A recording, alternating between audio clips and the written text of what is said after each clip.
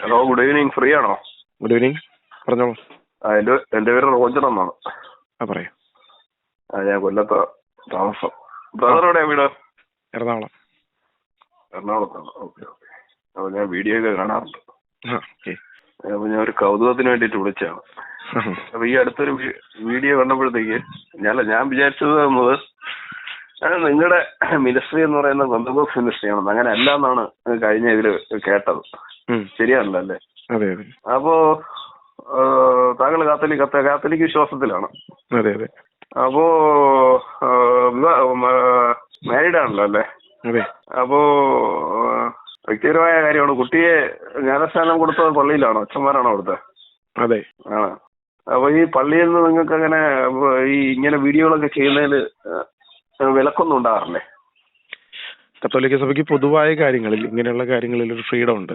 അതായത് നമുക്ക് നമ്മുടെ അഭിപ്രായങ്ങൾ രേഖപ്പെടുത്താനും കാര്യങ്ങൾ സംസാരിക്കാനും പ്രത്യേകിച്ച് അങ്ങനെ റെസ്ട്രിക്ഷൻസ് ഒന്നുമില്ല.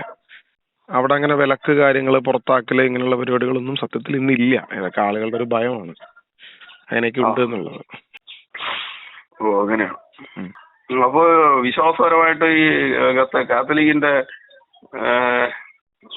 വേദപുസ്തകം ഉണ്ടല്ലോ, CCC, അതൊക്കെ അംഗീകരിക്കുന്നുണ്ടോ? വേദപുസ്തകം ഒന്നുമല്ല കാത്തലിക്കിന്റെ, മതബോധന ഗ്രന്ഥം, അത്രേ ഉള്ളൂ. അതെ അതെ അതെ അതെ. അത് അംഗീകരിക്കുന്നില്ല. അത് അംഗീകരിക്കുന്നു. പല കാര്യങ്ങളും ഞാൻ വീഡിയോയിൽ പറഞ്ഞിട്ടുണ്ടല്ലോ. അതായത് CCC എനിക്കൊരു സാധാരണ ബുക്ക് മാത്രം. ചില കാര്യങ്ങളൊക്കെ കറക്റ്റാണ് അതിനകത്ത് എഴുതിയിരിക്കുന്നത്, എന്നാൽ പല കാര്യങ്ങളും അതിനകത്ത് തെറ്റിദ്ധാരണകൾ പരത്തിയിട്ടുണ്ട്. പലതും അങ്ങോട്ടും ഇങ്ങോട്ടും കോൺട്രഡിക്ഷൻ ആണ് പല കാര്യങ്ങളും. CCC എന്ന് പറയുന്നത് ശരിക്കും പറഞ്ഞാൽ കാലാകാലങ്ങളിൽ വന്നിരിക്കുന്ന സിനഡുകളും ആ സിനഡുകളുടെ തീരുമാനങ്ങളുമാണ് CCCയുടെ ഉള്ളടക്കം. ശരിക്കും പറഞ്ഞു ആ തീരുമാനങ്ങളില് തെറ്റുണ്ടെന്നാണോ? അതെ. അതെങ്ങനെ നമുക്ക് തീരുമാനിക്കാൻ പറ്റും? അല്ലെങ്കിൽ ബിബ്ലിക്കലായിട്ടല്ല പലതും കിടക്കുന്നത്. പല തീരുമാനങ്ങളും ഇടയ്ക്കിടയ്ക്കൊക്കെ മാറിപ്പോയിട്ടുണ്ട്. ബൈബിളിൽ നിന്നൊക്കെ അതിന്റെ ആശയത്തിൽ നിന്നൊക്കെ ഒരുപാട് വ്യത്യാസം വന്നിട്ടുണ്ട്. അപ്പസ്തോലിക പാരമ്പര്യങ്ങളിൽ നിന്ന് വ്യത്യാസം വന്നിട്ടുണ്ട്. ആദിമസഭയിൽ നിന്നും പല കാര്യങ്ങളിലും വ്യത്യാസം വന്നിട്ടുണ്ട്. അതുകൊണ്ടാണ് നമ്മളത് അംഗീകരിക്കാത്തത്. ഈ സഭയെ നയിക്കുന്നത് ബൈബിളാണല്ലേ? നയിക്കേണ്ടത് ബൈബിളാണ്. നിങ്ങൾ ഏതിലാണ് വിശ്വാസത്തിലാണ് നിൽക്കുന്നത്? ഞാൻ കാത്തലിക്കാണ്. കാത്തലിക്കാണ്. വിശ്വാസത്തിന്റെ അടിസ്ഥാനം ബൈബിളാണ്. അങ്ങനെയാണോ വിശ്വസിക്കുന്നത്? ഇതുവരെ അങ്ങനെയാണെന്നാണ് ഞാൻ മനസ്സിലാക്കുന്നത്. അങ്ങനെയല്ലേ? അങ്ങനെയല്ല. അല്ല, അതങ്ങനെയാണെന്ന് എങ്ങനെ സ്ഥാപിക്കാൻ പറ്റും നിങ്ങൾക്ക്? അല്ല, അങ്ങനെ അല്ലെങ്കിൽ എന്താണെന്ന് പറഞ്ഞു, പിന്നെ എന്താണ് ഇതിന്റെ അടിസ്ഥാനം എന്ന് പറഞ്ഞു? അല്ല, അത് താങ്കൾ ബൈബിളിലാണ് വിശ്വസിക്കുന്നുണ്ടെങ്കിൽ ബൈബിളിൽ അങ്ങനെ ഒരു വാക്യം കാണണം, എല്ലാത്തിന്റെ അടിസ്ഥാനം ബൈബിളാണ്. അപ്പൊ ഈ അബ്രഹാത്തിന്റെ വിശ്വാസത്തിന്റെ അടിസ്ഥാനം എന്താണെന്ന് അറിയാമോ? അങ്ങനെയല്ല എങ്കിൽ, ബൈബിൾ അല്ല കത്തോലിക്ക സഭയുടെ അടിസ്ഥാനമെങ്കിൽ പിന്നെ എന്താണ് എന്നുള്ളത് താങ്കൾ പറഞ്ഞാൽ ബാക്കി. വിശ്വാസത്തിന്റെ അടിസ്ഥാനം ബൈബിൾ അല്ല എന്നുള്ളതിനെ കാണിക്കാൻ വേണ്ടിയിട്ടാണ് ഞാൻ പറയുന്നത്. അബ്രഹാത്തിന്റെ വിശ്വാസത്തിന്റെ അടിസ്ഥാനം അല്ലെ പൗലോസ്ലീഹയുടെ വിശ്വാസത്തിന്റെ അടിസ്ഥാനം ബൈബിളല്ല. അതേപോലെ തന്നെയാണ് ഓരോ വിശ്വാസികളുടെ, എല്ലാ വിശ്വാസികളുടെയും വിശ്വാസത്തിന്റെ അടിസ്ഥാനം ബൈബിളല്ല എന്ന് ഞാൻ കാണിക്കാൻ വേണ്ടിയിട്ട് പൗലോസ്ലീഹയുടെ വിശ്വാസം തന്നെ എടുക്കുക. പൗലോസ്ലീഹയുടെ വിശ്വാസത്തിന്റെ അടിസ്ഥാനം ബൈബിളല്ല. പൗലോസ്ലീഹ തന്നെ പറഞ്ഞിട്ടുണ്ടല്ലോ. എന്തായിരുന്നു പിന്നെ? അല്ല, താങ്കൾ ബൈബിളിൽ വായിച്ചിട്ട് എന്തോ മനസ്സിലാക്കിയായിരുന്നു. ബ്രദർ പറയൂ. പൗലോസിന്റെ വിശ്വാസം ബൈബിൾ അല്ല എന്ന് നിങ്ങൾ പറഞ്ഞു, പിന്നെ എന്തായിരുന്നു? അപ്പൊ അത് പറയാൻ നിങ്ങൾ ബാധ്യസ്ഥനാണ്. അതെന്തായിരുന്നു? പൗലോസ്ലീഹയുടെ വിശ്വാസത്തിന്റെ അടിസ്ഥാനം പരിശുദ്ധാത്മാവായിരുന്നു. എന്താണ് ബൈബിളിലും പറയുന്നുണ്ടോ? അല്ല, അത് ബൈബിളിലും പറയുന്നുണ്ട്. വിശ്വാസം നൽകുന്നത് പരിശുദ്ധാത്മാവാണെന്ന് ബൈബിളിലും പറയുന്നു. ബൈബിൾ അടിസ്ഥാനമല്ലല്ലോ, പിന്നെ എന്തിനാ പറയുന്നേ? ഏത്? തൊട്ട് മുമ്പ് ബ്രദർ പറഞ്ഞത് ബൈബിളിൽ അടിസ്ഥാനം ഇല്ലാന്ന് പറഞ്ഞു. പിന്നെ ബൈബിളിൽ പറയുന്നുണ്ടല്ലോ എന്ന് പറയുന്നില്ല, എന്താ അർത്ഥമുള്ളത്? ഞാൻ അടിസ്ഥാനം ഇല്ലാന്നല്ല ഞാൻ പറഞ്ഞു, വിശ്വാസത്തിന്റെ അടിസ്ഥാനം ബൈബിൾ പറഞ്ഞു. പൗലോസ്ലീഹയുടെ അടിസ്ഥാനം ബൈബിൾ അല്ല എന്ന് പറഞ്ഞു. പിന്നെ ബൈബിളിൽ അത് പറയുന്നുണ്ടല്ലോ എന്ന് പറയുന്നതിന്റെ അർത്ഥം എന്താ? അപ്പൊ പിന്നെ ബൈബിൾ നിങ്ങൾ എന്തായിട്ടാണ് കൂട്ടുന്നത്?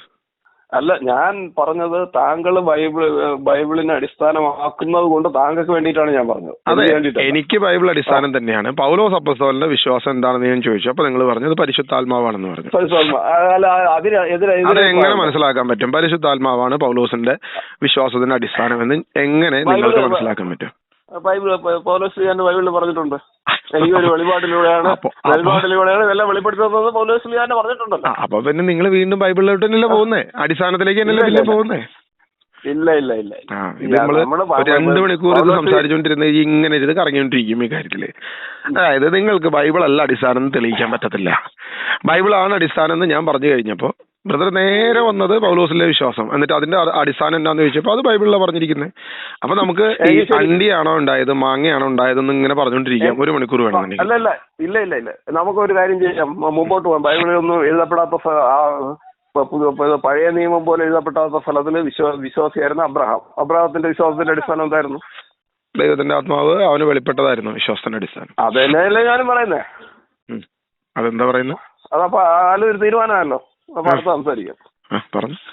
കാരണം അബ്രാഹത്തിനും ബൈബിളൊന്നും എഴുതിയിട്ടുണ്ടായിരുന്നില്ലല്ലോ അബ്രാഹത്തിന്റെ കാലത്ത്. മോശയുടെ കാലത്തല്ലേ ഇത് എഴുതപ്പെടുന്നേ. അപ്പൊ പിന്നെ അബ്രാഹത്തിന്റെ കാലത്ത് അതാണ് എന്ന് പറയുന്നതിൽ വലിയ അർത്ഥമൊന്നുമില്ലല്ലോ. അത് നിങ്ങൾക്ക് പറയാൻ എനിക്കും അറിയാം. അർത്ഥമുണ്ട്. കാര്യം നമ്മള് അബ്രഹാത്തിന്റെ വിശ്വാസത്തിലാണ് നമ്മൾ നിലനിൽക്കുന്നത്. അബ്രഹാം വിശ്വാസത്തിന്റെ പൂർവ്വപിതാവാണ്, അല്ലാതെ അബ്രാഹത്തിന്റെ വിശ്വാസത്തിലല്ല നിലനിൽക്കുന്നത്. ഹെബ്രായ ലേഖനം 1-ാം അധ്യായം 1-ാം വാക്യം, പൂർവ്വപിതാക്കന്മാർ വഴി വെളിപ്പെട്ടത്. അത് ലിമിറ്റഡ് റെവലേഷൻ ആണെന്നുള്ളതാണ് ഹെബ്രായ ലേഖനം 1-ാം അധ്യായം 1-ാം വാക്യം പറയുന്നത്. എന്നിട്ട് ക്രിസ്തുയേശു വഴി പൂർണ്ണ വെളിപ്പാട്. നമുക്ക് കാര്യങ്ങൾ കൃത്യമായി മനസ്സിലാക്കി തന്നത് യേശു ക്രിസ്തുവിലൂടെയാണ് എന്നുള്ളതാണ്. അല്ലാതെ പഴയ നിയമ പ്രവാചകന്മാരുടെ വിശ്വാസത്തിലല്ല നമ്മൾ നിൽക്കുന്നത്. ന്യൂ ടെസ്റ്റ്മെന്റ് റെവലേഷനിലാണ് ഇന്നത്തെ ക്രിസ്ത്യാനി നിൽക്കുന്നത്. അതല്ലാതെ അബ്രഹാമിന്റെ വിശ്വാസത്തിലല്ല. അബ്രഹാം വിശ്വാസത്തിന്റെ പിതാവാണ്. ക്ലിയർ ആയോ? ക്ലിയർ ആയി. അപ്പൊ അതിനൊരു തീരുമാനമായി. ബാക്കി പറഞ്ഞു. 4 നൂറ്റാണ്ട് അല്ലെ 2 നൂറ്റാണ്ട് മുമ്പ് ബൈബിള് ഉണ്ടായിരുന്നു. പക്ഷെ നമ്മുടെ നാട്ടിലൊന്നും ബൈബിള് കാര്യം എന്ന് പറഞ്ഞാൽ അക്ഷരാഭ്യാസം ഇല്ലാത്തടത്താണ് ഇവിടെ സുവിശേഷം പ്രസംഗിക്കപ്പെട്ടത്. അന്നൊക്കെ ഒരുപാട് എഴുതാറിഞ്ഞൂടാത്തവർക്കെല്ലാം വിശ്വാസികളായിട്ടുണ്ടായിരുന്നു. ആദ്യമായിട്ട് കേരളത്തിൽ ബൈബിള് കൊണ്ടുവന്നത് ആരായിരുന്നു? അതല്ല ഞാൻ പറഞ്ഞത്. ബ്രദർ 2 നൂറ്റാണ്ട് മുമ്പുള്ള കഥ പറഞ്ഞു. അതാണ് ഞാൻ ചോദിച്ചത്. ആദ്യമായിട്ട് കേരളത്തിൽ ബൈബിള് കൊണ്ടുവന്നത് ആരായിരുന്നു? ബൈബിള് കൊണ്ടുവന്നത് ആരാണെന്ന് വെച്ചാൽ ആദ്യം ആരാണോ ഇവിടെ സുവിശേഷം പ്രസംഗിച്ചാൽ അവരായിരിക്കും കൊണ്ടുവന്നത്. ആരാണെന്ന് എനിക്ക് ഇവിടെ ഒരു അപ്പസ്തോലിക സഭ ഉണ്ടായിരുന്നല്ലോ കേരളത്തില്, ഇല്ലേ? ഉണ്ടായിരുന്നു. തോമസ് ലീഗ സ്ഥാപിച്ചൊരു സഭ ഉണ്ടായിരുന്നല്ലോ. ഉണ്ടായിരുന്നു. ഇവിടെ ബൈബിൾ ഉണ്ടായിരുന്നോ? ഉണ്ടായിരുന്നു. അപ്പൊ ബൈബിൾ ഉണ്ടായിരുന്നു. എന്നിട്ട് എന്തുകൊണ്ട് ഈ ബൈബിളിന്റെ ട്രാൻസ്ലേഷൻസ് ഒക്കെ വന്നു കഴിഞ്ഞപ്പോൾ ഇവിടെ കേരളത്തിൽ നമുക്ക് അവൈലബിൾ ആയിട്ടുള്ളൊരു ഭാഷയിൽ ബൈബിൾ വന്നില്ല? ആദ്യമായി ഒരു മലയാളം ബൈബിൾ വരാനായിട്ട് വേറെ കുറച്ച് ആളുകൾ വിദേശത്തു നിന്ന് വരേണ്ടി വന്നു. ഇവിടെ സ്ട്രോങ് ആയിട്ടൊരു സഭ ഉണ്ടായിരുന്നല്ലോ 16-ാം നൂറ്റാണ്ടിൽ. ഇവിടെ ഉണ്ടായിരുന്ന സഭ, കേരളത്തിൽ ഉണ്ടായിരുന്ന സഭ, ആ സഭയെ 16-ാം നൂറ്റാണ്ടോടുകൂടി വാസ്കോഡഗാമയുടെ വരവോടുകൂടി, പോർച്ചുഗീസുകാരുടെ വരവോടുകൂടി, അതിനുശേഷം ഉദയംപേര് സൂനോദോസും ഇങ്ങനെയുള്ള കാര്യങ്ങളും കുനംകുരിശ് സത്യവും ഇതൊക്കെ കഴിഞ്ഞപ്പോൾ ഇതെല്ലാം കത്തോലിക്ക സഭയുടെ അണ്ടറിലേക്ക് ആയല്ലോ ഇതെല്ലാം. എന്നിട്ട് ഇവിടെ ഒരു മലയാളം ബൈബിൾ ഉണ്ടായോ? ഞാൻ ഒരു കാര്യം അങ്ങോട്ട് ചോദിക്കട്ടെ. ഈ ചോദ്യത്തിന് ഉത്തരം പറഞ്ഞിട്ട് എന്ത് വേണമെങ്കിലും ചോദിച്ചോ. ഈ ചോദ്യത്തിന് ഉത്തരമാണ് കാര്യം. ഇവിടെ ഒരു മലയാളം ബൈബിൾ ഉണ്ടായോ ഇല്ലേ? ഒറ്റ വാക്കിൽ പറഞ്ഞിട്ട് ബാക്കി എക്സ്പ്ലെയിൻ ചെയ്തോ.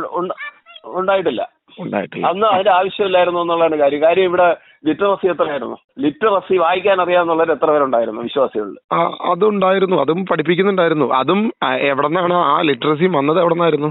പഠിക്കാനും മറ്റു കാര്യങ്ങൾക്കും പഠനങ്ങളും കാര്യങ്ങളും എവിടെ നിന്നാണ് വന്നത്? അതും വിദേശ മിഷണറിമാർ തന്നെ കൊണ്ടുവന്നവർ ഇവിടെ പഠിപ്പിക്കുകയായിരുന്നു. ആണല്ലോ അല്ലേ? അതെ അതെ. അപ്പൊ ഇതൊക്കെ ചെയ്യാമായിരുന്നു, നടക്കുമായിരുന്നു, ഇല്ലായികൊന്നുമില്ല. ഇനി അത് കേരളത്തിൽ നിങ്ങൾ എന്ത് സാധനം പഠിച്ചാലും എന്ത് സാധനം പറഞ്ഞാലും ഇതിന് മാക്സിമം നമ്മൾ നേരത്തെ പറഞ്ഞ പോലെ ഇങ്ങനെ വട്ടം കറങ്ങാന്ന് മാത്രമേ ഉള്ളൂ. കാരണം കേരളമല്ല സഭയുടെ ആസ്ഥാനം, സഭയുടെ അടിസ്ഥാനം. നിങ്ങൾ ബൈബിളാണോ സഭയുടെ അടിസ്ഥാനം, വിശ്വാസത്തിന്റെ അടിസ്ഥാനം എന്നുള്ളതാണ് ചിന്തിക്കുന്നെങ്കിൽ ഈ കേരളത്തിൽ ഈ കാര്യം പറഞ്ഞാൽ എങ്ങും പോകാനൊന്നുമില്ല. പ്രത്യേകിച്ച് പറയണമെങ്കിൽ ബ്രദർ പറഞ്ഞോ, ഞാനും കണ്ടിന്യൂ ചെയ്യാം. അല്ല, ഇത് തെറ്റായിട്ടുള്ള ഒരു ഇത് വരുമ്പോഴത്തേക്ക് അത് ഞാൻ പറയുന്നത് ബൈബിൾ ഇത് വിശ്വാസത്തിന്റെ അടിസ്ഥാനം ബൈബിളാണെന്ന് തെറ്റായിട്ട് പഠിപ്പിക്കുന്നുണ്ട്. തെറ്റല്ല, അതാണ് ശരി. അത് തെറ്റാണെന്ന് നിങ്ങൾ തെളിയിക്കേ. വിശ്വാസത്തിന്റെ അടിസ്ഥാനം ബൈബിൾ അല്ലാതെ നിങ്ങൾ തെളിയിച്ചു തരും. പിന്നെ വിശ്വാസത്തിന്റെ അടിസ്ഥാനം എന്താണ്? പൗലോസ്ലീഹയുടെ വിശ്വാസത്തിന്റെ അടിസ്ഥാനം എന്താണ്? ബൈബിളായിരുന്നു. പുള്ളി ബൈബിൾ വായിച്ചിട്ടാണോ വിശ്വാസിയായത്? അല്ലല്ലോ. പൗലോസ്ലീഹ എഴുതിയിരിക്കുന്ന ലേഖനങ്ങൾ മുഴുവൻ റെഫർ ചെയ്തിരിക്കുന്നത് എവിടെ നിന്നാണ് എടുത്ത് റെഫർ ചെയ്തിരിക്കുന്നത്? യേശുക്രിസ്തുവിനോട് സംസാരിച്ചപ്പോ യേശുക്രിസ്തു കൃത്യമായിട്ട് സംസാരിക്കുന്ന വിഷയം എന്തായിരുന്നു? യേശുക്രിസ്തു കൃത്യമായിട്ട് സംസാരിക്കുന്ന വിഷയം എവിടെ നിന്ന് കോട്ട് ചെയ്തിട്ടായിരുന്നു യേശുക്രിസ്തു സംസാരിച്ചത്? വിശുദ്ധ ലിഖിതങ്ങളോ ദൈവത്തിന്റെ ശക്തിയോ നിങ്ങൾക്ക് അറിയാത്തത് കൊണ്ടാണ് നിങ്ങൾക്ക് തെറ്റുപറ്റുന്ന പറഞ്ഞത്. അപ്പൊ ജനത്തിന് തെറ്റുപറ്റുന്നതിന്റെ കാരണം വിശുദ്ധ ലിഖിതങ്ങൾ അറിയാത്തത് തന്നെയാണ്. ബൈബിൾ ഇവിടെ എഴുതിയിട്ടുണ്ടെങ്കിൽ അപ്പസ്തോലന്മാർ അത് എഴുതി വെച്ചിട്ടുണ്ടെങ്കിൽ അത് ബേസിക് ആക്കാൻ വേണ്ടി തന്നെയാണ് അത് എഴുതിയിരിക്കുന്നത്. അല്ലാതെ വെറുതെ കാണാൻ വേണ്ടിയിട്ട് ഒരു പുസ്തകം ചുമ്മാ നേരം പോക്കിന് എഴുതി വെച്ചേക്കുന്നതല്ലാതെ ആ ബൈബിൾ അനുസരിച്ച് സഭ പോകാൻ തന്നെയാണ് അത് എഴുതി വെച്ചിരിക്കുന്നത്. അത് എഴുതി അപ്പസ്തോലന്മാർക്കും അറിയാം, എഴുതിയ എല്ലാവർക്കും അതറിയാം, പ്രവാചകന്മാർക്കും അറിയാം. അത് ബ്രദറിന് അറിയാൻ പാടുള്ളത് എന്റെ കുഴപ്പമില്ല. എന്തറിയാൻ പാടില്ല ഈ ഒരു വിഷയം ബൈബിൾ അനുസരിച്ചിട്ടാണ് സഭ പോകേണ്ടതെന്ന് നിങ്ങൾക്ക് അറിയാൻ പാടില്ലാത്ത എന്റെ കുഴപ്പമില്ല. ഒരു സംശയം ചോദിക്കാം. ഒന്നാമത്തെ സൂനകദോസ് തുടങ്ങി, ജെറുസലേം സൂനകദോസ് തുടങ്ങി. വേണ്ട, അതിലും കുറച്ചുകൂടി പുറകിലേക്ക് എടുത്തോ. അപ്പോസ്തലന്മാർ 12 പേരുണ്ടായിരുന്നു. യൂദ സ്കറിയോത്ത തന്റെ സ്ഥാനം നഷ്ടപ്പെടുത്തി കഴിഞ്ഞപ്പോൾ അവിടെ തുടങ്ങി ഒരു തീരുമാനം എടുക്കുകയാണ്. യൂദ സ്കറിയോത്തയ്ക്ക് പകരം പുതിയൊരാൾ വരാനാണ്, മത്തിയാസ്. ഇത് തുടങ്ങി എന്തടിസ്ഥാനത്തിലാണ് ഇവർ ഈ തീരുമാനങ്ങൾ എടുത്തത്? യേശു എന്ന് പറഞ്ഞോ 12 അപ്പോസ്തലന്മാരോട് ബാക്കി 11 പേരോട് ഒരാളിനും പുതിയ തിരഞ്ഞെടുക്കാൻ പറഞ്ഞോ? അത് നിങ്ങള് പഴയ നിയമം വായിച്ചു നോക്കി കഴിഞ്ഞാൽ സങ്കീർത്തനത്തിൽ വ്യക്തമായിട്ട് അതിന്റെ പ്രവചനമുണ്ട്. ഓക്കെ, അപ്പൊ കൃത്യമായിട്ട് അവരെടുത്ത് കോട്ട് ചെയ്തത് പഴയ നിയമം എഴുതി വെച്ചിരിക്കുന്ന പ്രവചനങ്ങളാണ് എടുത്ത് കോട്ട് ചെയ്തത്. അതായത് അതിന്റെ ബേസിക്, ആ തീരുമാനത്തിന്റെ ബേസിക് പഴയ നിയമ സങ്കീർത്തനങ്ങളായിരുന്നു, പ്രവചനങ്ങളായിരുന്നു. ഇനി പുതിയ അടുത്തത് ജെറുസലേം സൂനകദോസ് എന്തായിരുന്നു അടിസ്ഥാനമാക്കിയത്?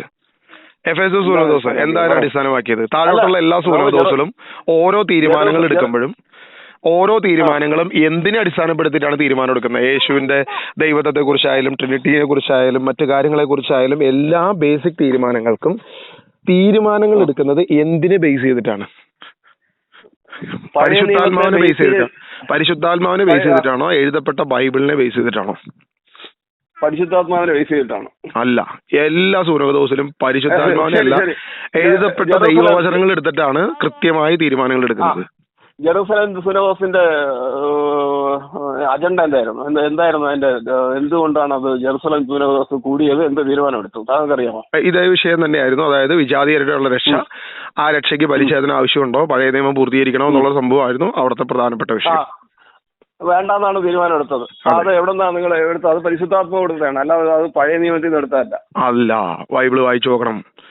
ബൈബിൾ എടുത്ത് വ്യക്തമായിട്ട് വായിച്ചു നോക്കുക. അപ്പോസ്തല പ്രവൃത്തി എടുത്ത് വായിച്ചു നോക്കുക. ജെറുസലേം സൂനകദോസിന്റെ തീരുമാനത്തിന്റെ കാര്യത്തിൽ പ്രവാചകന്മാരും ഇത് തന്നെയാണ് പറഞ്ഞിരിക്കുന്നതെന്ന് കൃത്യമായിട്ട് അപ്പോസ്തലൻ പറഞ്ഞിട്ടുണ്ട്, പത്രോസ് പറഞ്ഞിട്ടുണ്ട്. വേണമെങ്കിൽ പോയി വായിച്ചു നോക്കുക.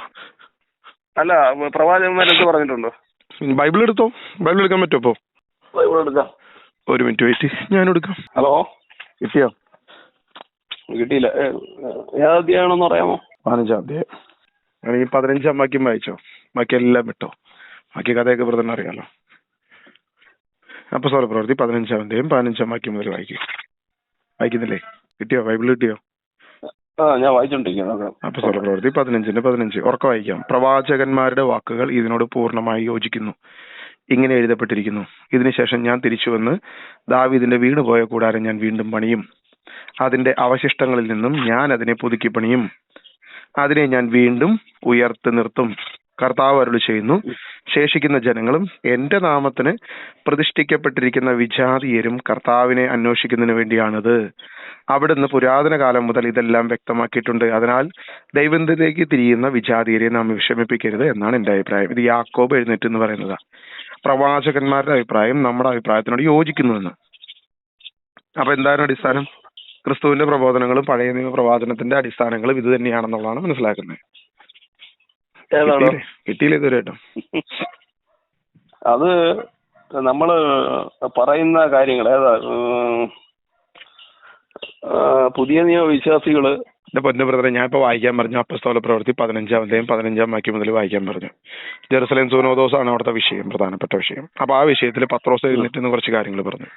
അതിനുശേഷം യാക്കോബ് എഴുന്നേറ്റ് എന്ന് പറയാണ് പ്രവാചകന്മാരുടെ വാക്കുകളും ഇതിനോട് പൂർണ്ണമായി യോജിക്കുന്നു എന്ന് വെച്ചാൽ തീരുമാനത്തോട്, ജെറുസലേം സൂനകദോസിൽ എടുക്കുന്ന തീരുമാനത്തോട് പ്രവാചകന്മാരുടെ അഭിപ്രായങ്ങൾ യോജിക്കുന്നു എന്ന് പറയുന്നത്.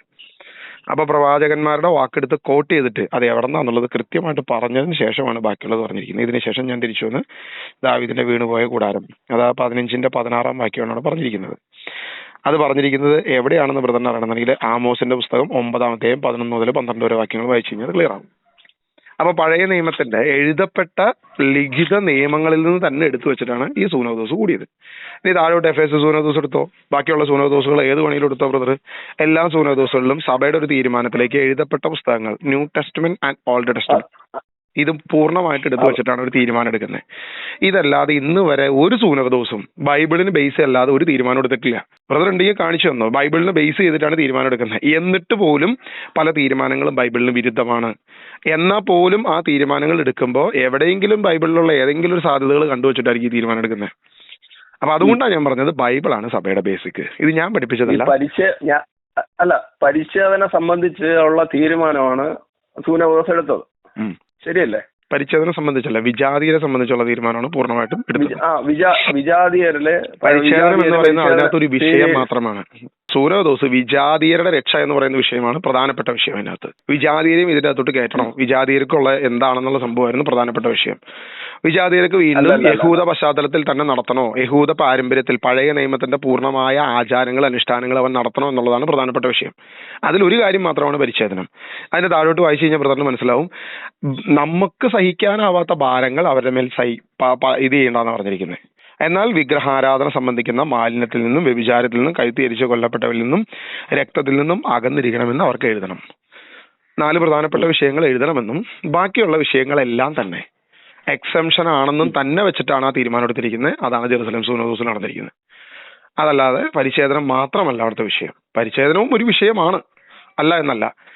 അപ്പൊ ഈ വിഷയങ്ങളുടെ ബേസ് പറഞ്ഞിരിക്കുന്നത് വിജാതീയരുടെ രക്ഷ എന്ന് പറയുന്ന പ്രശ്നം ആമോസിന്റെ പുസ്തകത്തിൽ പ്രവാചകന്മാരും നമ്മുടെ ഈ അഭിപ്രായത്തോട് യോജിക്കുന്നു എന്നുള്ളതാണ്. ആദ്യം പത്രോസ് എഴുന്നേറ്റ് എന്ന് പറയുന്നതും വിജാതീയർ കൊർന്നേലിയോസിന്റെ ഭവനത്തിലേക്ക് ഞാൻ പോയി സുവിശേഷം പ്രസംഗിച്ച കാര്യവും അവിടെ പരിശുദ്ധാത്മാവിനെ സ്വീകരിച്ച കാര്യമാണ് പത്രോസ് എഴുന്നേറ്റ് എന്ന് പറയുന്നത്.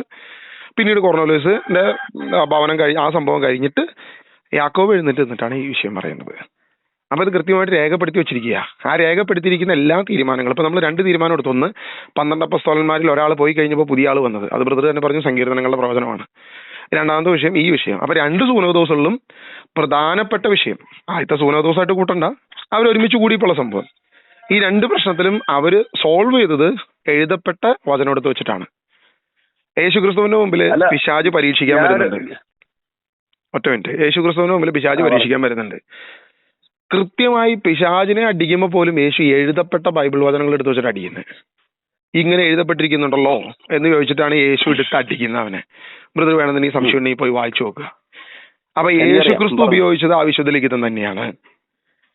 യേശു ക്രിസ്തുവിന്റെ അടുത്ത് പല സംശയങ്ങൾ ചോദിച്ചപ്പോഴും യേശു തിരിച്ചു ചോദിക്കുന്നത് വിശുദ്ധ ലിഖിതത്തിൽ എന്ത് എഴുതിയിരിക്കുന്നു, നീ എന്ത് വായിക്കുന്നു എന്നാണ് ചോദിച്ചിരിക്കുന്നത്. വിശുദ്ധ ലിഖിതങ്ങൾ നിങ്ങൾക്ക് അറിയാത്തത് കൊണ്ടാണ് നിങ്ങൾ തെറ്റുപറ്റുന്നതാണ് യേശു പറഞ്ഞിരിക്കുന്നത്. അപ്പൊ പഴയ നിയമം ദൈവം എഴുതാൻ പറഞ്ഞ് മോശ തുടങ്ങി ഇങ്ങോട്ടുള്ള പ്രവാചകന്മാരിലൂടെ അത് എഴുതപ്പെട്ട് ഓൾഡ് ടെസ്റ്റമെന്റ് കംപ്ലീറ്റഡ് ആയിരുന്നു. അതിന് ശേഷം ന്യൂ ടെസ്റ്റമെന്റ് എഴുതി തുടങ്ങുന്നത് ദൈവത്തിന്റെ പരിശുദ്ധാത്മ നിവേശിതമായിട്ടാണെന്നാണ് ബൈബിൾ പറയുന്നത്. അപ്പൊ പരിശുദ്ധാത്മ നിവേശിതമായിട്ട് ദൈവത്തിന്റെ വചനം എഴുതുമ്പോൾ ആ ദൈവത്തിന്റെ വചനം എഴുതപ്പെട്ടത് തന്നെ സഭയുടെ നടത്തിപ്പിനാണെന്നുള്ളതാണ് മനസ്സിലാക്കുന്നത്. അതല്ലാതെ സഭയുടെ നടത്തിപ്പിനല്ല എന്ന് ഡാനിയൽ അച്ഛൻ പറയുന്ന പോലെ ബ്രദറിന് വേണമെങ്കിൽ പറയാം. അതായത് ബൈബിളിൽ നിന്നൊരു വാക്യം കാണിച്ചു ഇതനുസരിച്ചേ നടക്കാൻ പാടുള്ളൂ എന്ന് ബൈബിളിൽ നിന്നൊരു വാക്യം കാണിച്ചു തരാന്ന് പറഞ്ഞിട്ട് ഒരു മറുചോദ്യം ചോദിക്കാം. പക്ഷെ ആ ചോദ്യം പ്രത്യേകിച്ച് വേറൊന്നുമില്ല, ആകാശത്തേക്ക് വെടിവെക്കുന്ന പോലെ. കാരണം ഒരു നിയമം കൃത്യമായി തന്നിട്ട്, ഒരു വചനം കൃത്യമായിട്ട് തന്നിട്ട് അപ്പസ്തോലന്മാരെ ആ പാരമ്പര്യം തുടർന്നിട്ട് എനിക്കത് തുടരാൻ പറ്റില്ല എന്ന് നിങ്ങൾ പറയുകയാണെങ്കിൽ അത് നിങ്ങളുടെ സ്വാതന്ത്ര്യമാണ്, ആർക്കും വേണമെങ്കിൽ പറയാം. പക്ഷെ അതല്ല ദൈവസഭ വെച്ചിരിക്കുന്നതെന്ന് പറയണമെങ്കിൽ അത് അപ്പസ്തോലന്മാരുടെ പാരമ്പര്യത്തിൽ ഇല്ലാതിരിക്കണം. പക്ഷെ അപ്പസ്തോലന്മാർ കൃത്യമായിട്ട് ഇത് പറഞ്ഞു വെച്ചിരിക്കുന്നു, ഇതാണ് അവരുടെ പാരമ്പര്യം. അപ്പൊ ഞാൻ ഇതിനെ കുറിച്ചുള്ള പറയാം. അപ്പൊ ഈ സൂനഹദോസ് സംബന്ധിച്ചുള്ള നമ്മൾ തമ്മിലുള്ള അഭിപ്രായ വ്യത്യാസം എന്ന് പറയുന്നത്, ഹലോ കേൾക്കുന്നുണ്ടല്ലോ? കേൾക്കാം പറഞ്ഞു. അവരുടെ അഭിപ്രായം അല്ല, എന്റെ അഭിപ്രായം എന്ന് പറയാം, സൂനഹദോസ് പ്രധാനമായിട്ടും കൂടിയത് ഈ പരിച്ഛേദന നിയമം പുതിയ നിയമ വിശ്വാസികൾക്ക് ബാധകമാണോ എന്നുള്ളതാണ് അവരുടെ പ്രധാന അജണ്ട. അതാണ് കൂടിയത്. അതിന് വേറെ വിഷയമൊന്നും അവിടെ ഇല്ലായിരുന്നു. വേറെ ഒരു വിഷയം ഉണ്ടായിരുന്നില്ല. വേറെ എന്തെങ്കിലും വിഷയം ഉണ്ടായിരുന്നെങ്കിൽ ചൂണ്ടിക്കാണിക്കാം. ശരി, അങ്ങനെ പോട്ടെ. ഈ ഒരു പ്രധാന വിഷയത്തിനാണ് സൂനഹദോസ് കൂടിയത്. സൂനഹദോസ് കൂടിയിട്ട് പറഞ്ഞത് പുതിയ നിയമ വിശ്വാസികൾക്ക് പഴയ നിയമ ആചാരം എന്താ വെച്ചാൽ നിയമം അനുസരിച്ചുള്ള പരിച്ഛേദന ആവശ്യമില്ല എന്നുള്ളതാണ് പറഞ്ഞത്. ഈ പരിച്ഛേദന ആചാരമാണോ തീരുമാനം എടുത്തത്? വേറെ എന്തെങ്കിലും എടുത്തോ? വേറെ എന്തെങ്കിലും എടുത്തതായിട്ട് കാണുന്നില്ല. ശരി. അതിനാൽ ദൈവത്തിലേക്ക് തിരിയുന്ന വിജാതിയെ നാം വിഷമിപ്പിക്കരുത് എന്നാണ് എന്റെ അഭിപ്രായം. യാക്കോബ് പറഞ്ഞത്. എന്നാൽ അവർ വിഗ്രഹാരാധനയെ സംബന്ധിക്കുന്ന മാലിന്യത്തിൽ നിന്നും വ്യഭിചാരത്തിൽ നിന്നും കഴിച്ചു ഞെരിച്ചു കൊല്ലപ്പെട്ടവരിൽ നിന്നും രക്തത്തിൽ നിന്നും അകന്നിരിക്കാൻ അവർക്ക് എഴുതണം. അതിന് മുമ്പ് ഒരു വചനം കൂടി ഉണ്ട്, അത് വായിച്ചിരുന്നു. അത് 10. അതുകൊണ്ട് നമുക്കോ പിതാക്കന്മാർക്കോ താങ്ങാൻ വേദന ഒരു നുകം ഇപ്പോൾ ഇവരുടെ ശിഷ്യരുടെ ചുമലിൽ വെച്ച് കെട്ടി നാം എന്തിന് പരീക്ഷിക്കുന്നു. അതായത് ഈ നുകം എന്ന് പറയുന്നത് പഴയ നിയമം തന്നെയാണ്, പഴയ നിയമങ്ങൾ. അത് ഗലാത്യ ലേഖനത്തില് പൗലോസ് കറക്റ്റ് ആയിട്ട് പറയുന്നുണ്ട്. നിങ്ങൾ പഴയ നിയമത്തിലെ പരിച്ഛേദന മാത്രമല്ല എന്നുള്ളത് ബ്രദർ സമ്മതിച്ചു. ഓക്കെ, പരിശോധന മാത്രമല്ല, പഴയ നിയമം മൊത്തം ഒഴിവാക്കി കൊടുത്തു. പുതിയ നിയമം ഇതാ ഞാൻ പറഞ്ഞുള്ളൂ. പഴയ നിയമത്തില് സഹിക്കാനാവാത്ത മുഖം മാറ്റി. അത് പരിച്ഛേദനം പ്രധാനപ്പെട്ട വിഷയമാണ്, ഞാൻ അല്ലാതെ ഞാൻ പറഞ്ഞില്ല. പക്ഷെ പരിച്ഛേദനം മാത്രമല്ല വിഷയം, പരിച്ഛേദനം കൂടെ വിഷയമാണ്. പക്ഷെ അതോടൊപ്പം തന്നെ ഈ പഴയ നിയമത്തിന്റെ മുഖമാണ് അവിടെ പ്രധാനപ്പെട്ട വിഷയം. അതുകൊണ്ടാണ് ഞാൻ പറഞ്ഞത്. അതിനടിസ്ഥാനപ്പെടുത്തി യാക്കോബ് കൃത്യമായിട്ട് പറയുന്നു, ആമോസിന്റെ പ്രവചനത്തിൽ കിടക്കുന്ന ദൈവവചനം എടുത്തു വെച്ചിട്ട് സാക്ഷ്യപ്പെടുത്തുന്നു. ശരി, ഞാനൊരു കാര്യം പറയട്ടെ. ഇപ്പോ നിങ്ങൾ പറയുന്നത് നിയമത്തെ അടിസ്ഥാനമാക്കിയിട്ടാണ് ദീനമെഴുത്. അവിടെ നിയമത്തെ തള്ളിക്കളയത്. നിയമത്തെ നിങ്ങൾ പറയുന്ന തിരുവെഴുത്തുകളെ തള്ളിക്കളഞ്ഞിട്ട് പുതിയ നിയമം കൊടുക്കുകയാണ്. ഈ തിരുവെഴുത്തുകളിൽ നിങ്ങൾ ഉദ്ദേശിക്കുന്നത് ഏതൊക്കെ പുസ്തകങ്ങളാണ്? മോശയുടെ നിയമങ്ങളും നിയമാവർത്തനവും ലേവ്യരുടെ പുസ്തകവും. അതെ, ഉൽപ്പത്തി പുറപ്പാട് സംഖ്യ ലേവ്യർ തുടങ്ങിയിട്ട് ഇങ്ങോട്ട് താഴോട്ടുള്ള പഴയ നിയമം എല്ലാ പുസ്തകങ്ങളും ഉദ്ദേശിക്കുന്നുണ്ട്. അതേ 5 മാത്രമാണ് ഉദ്ദേശിക്കുന്നത്?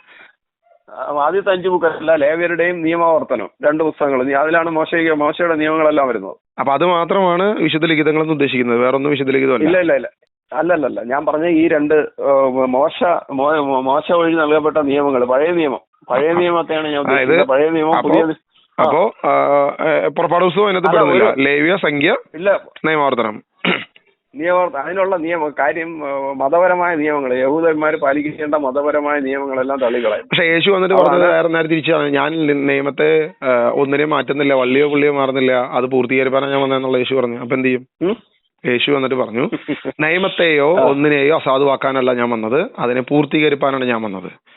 യേശു അതിനെ പൂർത്തീകരിച്ചു എന്നാണ് യേശു അവകാശപ്പെട്ടിരിക്കുന്നത്. അപ്പൊ എന്ത് ചെയ്യും? അപ്പൊ ഈ നിയമത്തെ എടുത്ത് മാറ്റിയെന്ന് നിങ്ങളിപ്പോ പറഞ്ഞു. അപ്പൊ യേശുവിനെതിരാണോ സഭ? ഒരിക്കലും അല്ല. അപ്പൊ പിന്നെന്താണ് അങ്ങനെ ചെയ്യുന്നത്? യേശു ഏത് നിയമത്തെയാണ് പൂർത്തീകരിക്കുന്നതെന്ന് യേശു പറയുന്ന വാക്യത്തിന് മുമ്പ് ആ നിയമങ്ങളും പറഞ്ഞിട്ടുണ്ട്. ഏത് നിയമമാണ്? അടുത്ത് വായിച്ചു നോക്കിയാൽ മതി. ഏത് നിയമമാണ് പറഞ്ഞു? അത് അല്ല, നിങ്ങൾ പറഞ്ഞ വാക്യം അല്ല, ഞാൻ നിയമത്തിന്റെ വള്ളിയോ പുള്ളിയോ മാറ്റില്ല എന്ന് പറഞ്ഞു. അപ്പൊ പിന്നെ ഏതാ പൂർത്തീകരിച്ചെന്ന് ബ്രദർ പറഞ്ഞോളൂ. ഞാനൊരു കാര്യം പറയാമല്ലോ. ഇത് മുഴുവനും അറിയാവുന്ന ആളായിരുന്നു വിശുദ്ധ പൗലോസ്ലീഹ. പൗലോസ്ലീഹ പറഞ്ഞിരിക്കുന്നത്, ഗലാത്യർക്കുള്ള ലേഖനത്തില് പൗലോസ്ലീഹ പറഞ്ഞിരിക്കുന്നത്, പഴയ നിയമം എന്താ പറഞ്ഞാൽ മോശ നൽകിയ നിയമം നിങ്ങൾ പാലിക്കാൻ ആഗ്രഹിക്കുന്നു എങ്കിൽ ഒരെണ്ണം ചെയ്യാൻ നിങ്ങൾ ആഗ്രഹിച്ച് എല്ലാം ചെയ്യാൻ ബാധ്യസ്ഥനാണെന്നാണ്. അതായത് ഏകദേശം 650 670 നിയമങ്ങളുണ്ട്. അതെല്ലാം ചെയ്യാൻ നിങ്ങൾ ബാധ്യസ്ഥനാണ്. ഏതെങ്കിലും ഒന്നിൽ തെറ്റിയ എല്ലാത്തിലും തെറ്റി, അതുകൊണ്ട് നിങ്ങൾ ശപിക്കപ്പെട്ടവനായി തീരും എന്നാണ് ഗലാത്യ ലേഖനത്തിൽ പറയുന്നത്. അപ്പൊ ഒന്നും പാലിക്കണ്ടെന്നാണ് പറഞ്ഞിട്ടുള്ളത്. ഇതൊന്നും പാലിക്കുന്നതാണോ പൗലോസ് പറഞ്ഞു? എന്നിട്ട് ഇല്ല. കർത്താവ് നിയമങ്ങളെല്ലാം കൊടുത്തിട്ടുണ്ട്. ഈ പറയുന്ന നിയമങ്ങളൊന്നും പാലിക്കണ്ടെന്നാണ് പൗലോസ് പഠിപ്പിച്ചു. എന്നിട്ട് മോശയുടെ നിയമങ്ങളൊന്നും പാലിക്കണ്ടെന്ന് തന്നെ പഠിപ്പിച്ചത്. മോശയുടെ നിയമത്തിലേക്കാണ് നീ ആശ്രയിക്കുന്നതെങ്കിൽ എന്നാ പറഞ്ഞിരിക്കുന്നത്. മോശയുടെ നിയമത്തിലാണ് നീ ആശ്രയിക്കുന്നതെങ്കിൽ നിനക്ക് ഇതെല്ലാം പ്രശ്നമാണ് എന്നാണ് പറഞ്ഞത്. അല്ലാതെ ഇതൊന്നും പാലിക്കണ്ട എന്നല്ല പറഞ്ഞിരിക്കുന്നത്. പൗലോസ് അപ്പോസ്തലൻ കൃത്യമായിട്ട് റോമാലേഖനം എടുത്ത് വായിച്ചു നോക്കുക. റോമാലേഖനത്തില് അവിടെ നിയമത്തെ കുറിച്ച് പറഞ്ഞിട്ട്, നിയമം ഉള്ളത് കൊണ്ടാണ് എനിക്ക് പാപം എന്തെന്നുള്ളത് എനിക്ക് മനസ്സിലായത്, അതാണ് നിയമത്തിന്റെ സ്വാധീനം. അതിനുശേഷം പറയുകയാണ്, ഈ പറയുന്ന നിയമം പ്രശ്നമാണോ എന്ന് ചോദിച്ചിട്ട് റോമാലേഖനം 7-ാം അധ്യായം, എന്തുകൊണ്ടെന്നാൽ പാപം കൽപ്പന വഴി അവസരം കണ്ടെത്തി എന്നെ ചതിക്കുകയും അതുവഴി എന്നെ കൊല്ലുകയും ചെയ്തു. നിയമം വിശുദ്ധം തന്നെ, കൽപ്പനയും വിശുദ്ധവും ന്യായവും നല്ലതുമാണ്. നിയമം വിശുദ്ധം തന്നെ, കൽപ്പന വിശുദ്ധവും ന്യായവും നല്ലതുമാണ്. അപ്പോൾ നന്മയ്ക്കായിട്ടുള്ളത് എനിക്ക് മരണമായി തീർന്നു? ഒരിക്കലുമല്ല. പാപമാണ് നന്മയ്ക്കായിട്ടുള്ളതിലൂടെ എന്നിൽ മരണമുളവാക്കിയത്. അപ്പൊ ഇങ്ങനെയാണ് അവിടെ പറഞ്ഞിരിക്കുന്നത്. ബ്രദർ പറഞ്ഞ പോലെ നിയമത്തെ പൂർണ്ണമായി അവഗണിക്കുകയായിരുന്നില്ല അവിടെ ചെയ്തത്. ആ നിയമത്തിന്റെ സ്വാധീനം എന്തായിരുന്നു? നീ നിയമത്തിൽ ആശ്രയിച്ചു കഴിഞ്ഞാൽ നിനക്ക് എന്ത് സംഭവിക്കും? നീ നിയമത്തിലല്ല ആശ്രയിക്കേണ്ടത്, ക്രിസ്തുവിന്റെ കൃപയിലാണ് ആശ്രയിക്കേണ്ടത്. ഇതാണ് അവിടുത്തെ വിഷയം. അതല്ലാതെ നിയമം തെറ്റാണെന്നോ നിയമം പൂർണ്ണമായെടുത്ത് മാറ്റുമെന്നോ നിയമം ഒന്നും ഇല്ല എന്നോ യേശുവോ അപ്പസ്തോലന്മാരോ പഠിപ്പിച്ചിട്ടില്ല. യേശു തന്നെ പറയുന്നു, ഞാൻ നിയമത്തിന്റെ വള്ളിയോ പുള്ളിയോ ഞാൻ മാറ്റത്തില്ല, ഞാനത് പൂർത്തീകരിക്കാനാണ് വന്നിരിക്കുന്നത്. പൗലോസ് വീണ്ടും പറയുകയാണ്, റോമാലേഖനം 7-ാം അധ്യായം അതിന് 12-ാം വാക്യം, നിയമം വിശുദ്ധം തന്നെ, കൽപ്പനയും വിശുദ്ധവും ന്യായവും നല്ലതുമാണ്. പൗലോസ് അപ്പോസ്തലൻ പറഞ്ഞു. വേണമെങ്കിൽ ഇത് വായിച്ചു നോക്കിക്കോ, ബ്രദറിന്റെ ബൈബിളിൽ ഇത് തന്നെയാണോ? അപ്പൊ നിയമം ഒറ്റ വിഷയമേ പറഞ്ഞിട്ടുള്ളൂ. നിയമത്തിൽ ആശ്രയിക്കരുത്. നീ നിയമത്തിലല്ല നിന്റെ രക്ഷയ്ക്ക് വേണ്ടി ആശ്രയിക്കേണ്ടത്. നിയമമല്ല നിന്നെ രക്ഷപ്പെടുത്തുന്നത്. ക്രിസ്തുവിന്റെ കാൽവരിയിലെ ക്രൂശിൽ കൃപയിലാണ് നീ രക്ഷപ്പെടുന്നത്. നിന്റെ പഴയ നിയമത്തിന്റെ ബലിയർപ്പണത്തിലല്ല നീ രക്ഷപ്പെടുന്നത്. നീ കാളയെ ബലിയർപ്പിക്കുമ്പോഴല്ല നീ രക്ഷപ്പെടുന്നത്. നീ ആടുമാടുകളെ ബലിയർപ്പിക്കുമ്പോഴല്ല നീ രക്ഷപ്പെടുന്നത്.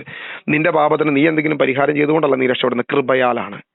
ഇതേ കാര്യം തന്നെ ഇന്ന് സഭയിൽ നടക്കുന്നത് എന്തുവാ?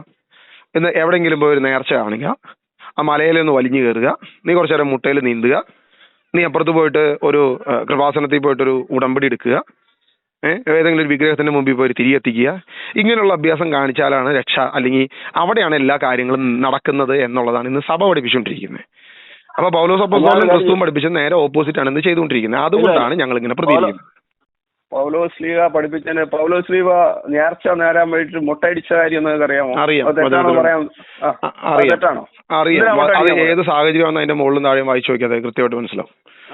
എന്ത് ബേസിക് ആണ്, എന്ത് സാഹചര്യമാണ്, എന്ത് ആവശ്യത്തിനാണ് ചെയ്യിപ്പിച്ചത് എന്നുള്ളത് കൃത്യമായിട്ട് ബൈബിളിലുണ്ട്. അതിന്റെ മുകളിലും താഴെയും വായിച്ചു നോക്കിയാൽ മതി. അപ്പൊ വെറുതെ പറ, നിയമം മാറ്റണോ വേണ്ടയോ? അത് ആദ്യം പറ, എന്നിട്ട് നമുക്ക് അതിലേക്ക്. അല്ല നമുക്ക് പൗലോസ് ലീഗ മുട്ടയടിച്ചതിന്റെ സാഹചര്യം എനിക്കറിയില്ല. അത് നമുക്ക് എടുത്ത് വായിക്കാം, അതിലേക്ക് വരാം. അതിന് മുമ്പ് ബ്രദർ ഞാൻ ചോദിച്ചിട്ടുള്ള കാര്യം പറയും. എന്താണ് നിയമം മുഴുവൻ മാറ്റണോ, അതേ നിയമം ഒന്നുണ്ടോ? പഴയ നിയമം പുതിയ നിയമം വിശ്വാസിക്ക് ബാധകമല്ല. പുതിയ നിയമം ഒന്നും ബാധകമല്ല. ഒന്നും ബാധകമല്ല.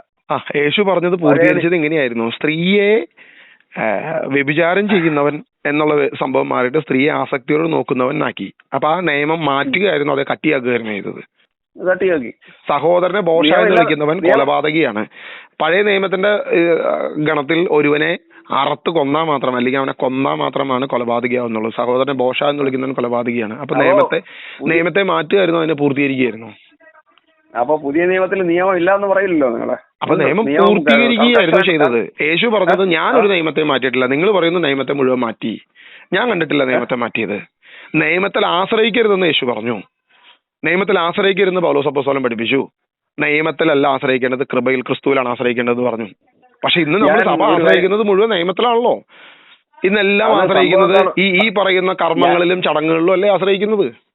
ഞാൻ ഒരു കാര്യം പറയട്ടെ, ഒന്ന് പറഞ്ഞോട്ടെ. നിങ്ങൾ ഈ ചടങ്ങുകൾ കാര്യങ്ങൾ എന്നൊക്കെ പറയുമ്പോഴത്തേക്ക് വിമർശിക്കാൻ എടുക്കുമ്പോഴത്തേക്ക് നിങ്ങൾ പഴയ നിയമത്തിനെ കോട്ട് ചെയ്താണ് നിങ്ങൾ വിമർശിക്കുന്നത്. അല്ല, പുതിയ നിയമത്തെ കോട്ട് ചെയ്തിട്ട് വിമർശിക്കാം. പുതിയ നിയമം അറിയാം. ഏത് വിഷയം എടുത്തിട്ടാ? എനിക്കറിയില്ല ബ്രദറെ, പഠിപ്പിക്കേ, ഞാൻ കേൾക്കാം. അല്ല, നിങ്ങൾക്ക് പുതിയ നിയമം അറിയാമെങ്കിൽ പറയൂ. ഇല്ലെന്ന് പുതിയ നിയമം ഇല്ലെന്ന് എനിക്കറിയില്ല ബ്രദർ, പഠിപ്പിക്കേ, ഞാൻ കേൾക്കാം. പിന്നെ നമ്മൾ സംസാരിച്ചിട്ട് കാര്യമില്ല. താങ്കൾക്ക് പുതിയ നിയമം അറിയില്ല. ഞാൻ മൊത്തം പഴയ നിയമമുള്ള ഞാൻ പറഞ്ഞുകൊണ്ടിരുന്നേ. ഇത്ര നേരം നമ്മൾ സംസാരിച്ചുകൊണ്ടിരുന്നത് മുഴുവൻ പഴയ നിയമമുള്ള. അപ്പോസ്തല പ്രവൃത്തിയൊക്കെ പഴയ നിയമത്തിൽ കിടക്കുന്ന കാര്യമാണല്ലോ. പഴയ നിയമം എനിക്ക് അറിയുള്ളൂ, പുതിയ നിയമം അറിയില്ല. എന്റെ വീഡിയോകളിലൊന്നും പുതിയ നിയമം ഒന്നും ഞാൻ ഉപയോഗിച്ചിട്ടില്ല, എല്ലാം പഴയ നിയമം. ഞാൻ നിങ്ങളുടെ വീഡിയോ ഞാൻ പൂർണ്ണമായിട്ട് കണ്ടിട്ടില്ല. അതാണ് ഞാൻ 4 ജനങ്ങൾ കണ്ടാതെ അപ്പൊ കാര്യം ക്ലിയർ ആവും.